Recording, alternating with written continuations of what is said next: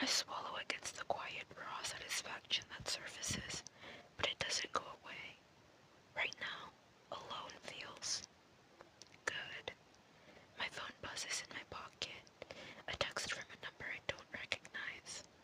Hi, Brianna, this is Nick Davis. Dean McKinnon gave me your number so we could get started today. Want to meet up after classes? The babysitter already. I swipe it away. Then my phone buzzes again. A call. The name on the screen makes my throat go tight, but I answer it anyway. Hey, Dad. There's my college kid. My father's voice is warm and familiar, but my pulse quickens.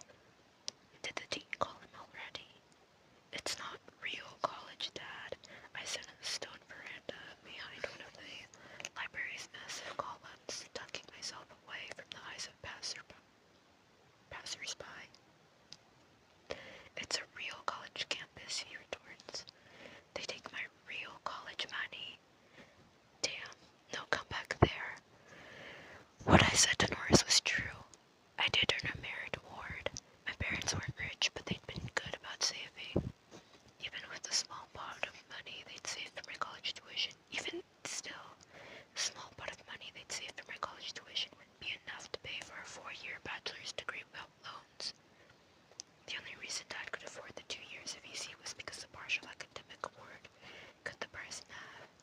He doesn't say as much, but I know he's gambling that the investment in EC now will help me get into colleges later, and maybe earn scholarships too. I wince, still smarting from Alice's comment about my class choices. Suppose that's right, I mumble. He chuckles. How was your first night in a real college dorm? My dad doesn't traffic in subtext. With him, what you see and what you hear is what you get. If he'd gotten a call from the dean, he'd have let me know by now, loud and clear. I release a quiet sigh. First night here. Quiet. I lie. It doesn't feel great, but I don't feel great right now. I expect the next question, and it's right on time. Met any black kids yet? The only other black kids in my high school had been a year older than me. A quiet boy named Eric Rollins, and a girl named Stephanie Henderson. Whenever we spent time together, the white kids got nervous or, weirdly excited. All the other black folks I know were relatives or from our church 2 towns over. Carolina's got a larger black population than Bentonville High does, that I know for sure. It's one of the reasons I applied. Not yet.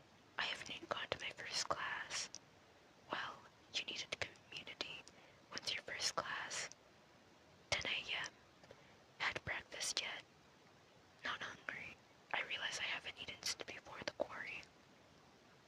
That makes a sound. I imagine his expression as he does it. Mouth curled downward, bushy dark eyebrows furrowed, all the lines in his deep brown face frowning at me all at once. Appetite still coming and going. I don't reply. Not ready to lie again just yet. He sighs. His voice is slow, careful, and his rich mid-drawl drops away.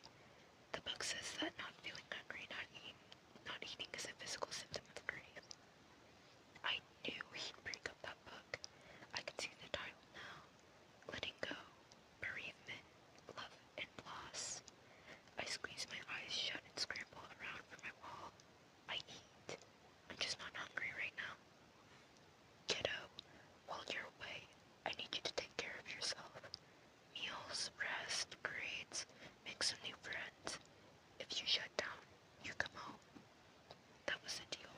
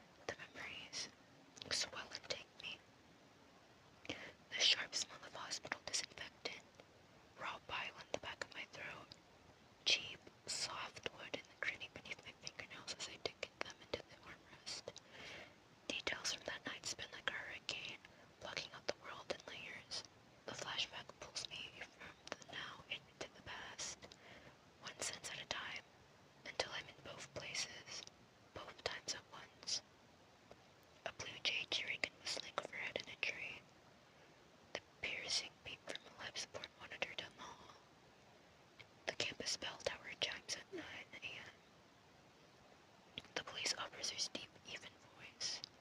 Route 70, around 8, a hidden route. Familiar, horrifying, all-consuming. Once it starts, this memory is a ride I can't escape.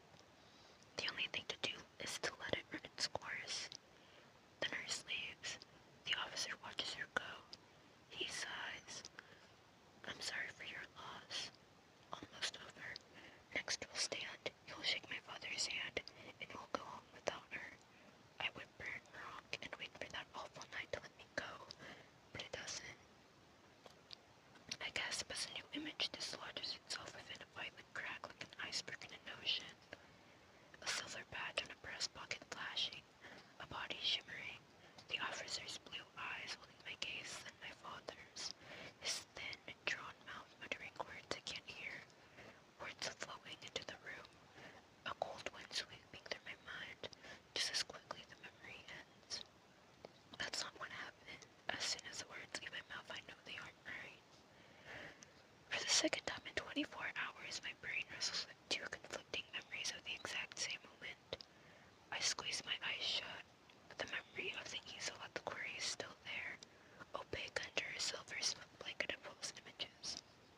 The truth under someone's lie.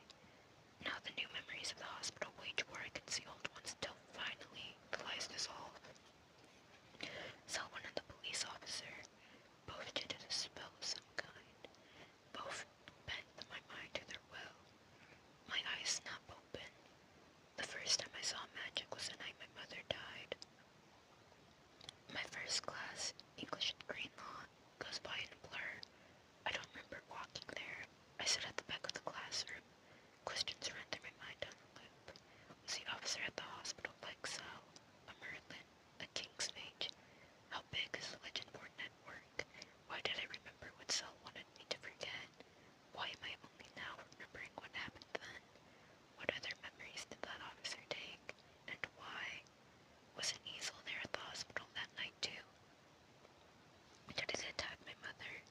Is that what killed her? How much do I really know about my mother's death? I lose time. The professor talks. I don't read a thing. My phone buzzes. Brianna, I got a phone call from the gents and a phone call from the dean. Going off campus. Trespassing. The police. You need to call me back. ASAP. My father's anger barely registers, but I force myself to text back. He gave us a warning. I'm in class right now. Can I talk later? You hid this for me on the phone. A lie of omission is still a lie. I know, Dad. I'll call you after dinner. Yes, you will. 2 hours later, the class is over. I drift through the crowd like a ghost, eyes unfocused and turn inward. The campus I had seemed large and intimidating now feels tight and claustrophobic. Trees obscure the lawn like curtains hiding secret truths. Towering oaks are sentinels, monitoring our every word. I lose time again while sitting on the bench outside, so far gone that I jump when my phone buzzes. Hey Brianna, Nick again. Hope your first day is going well. My last class gets out at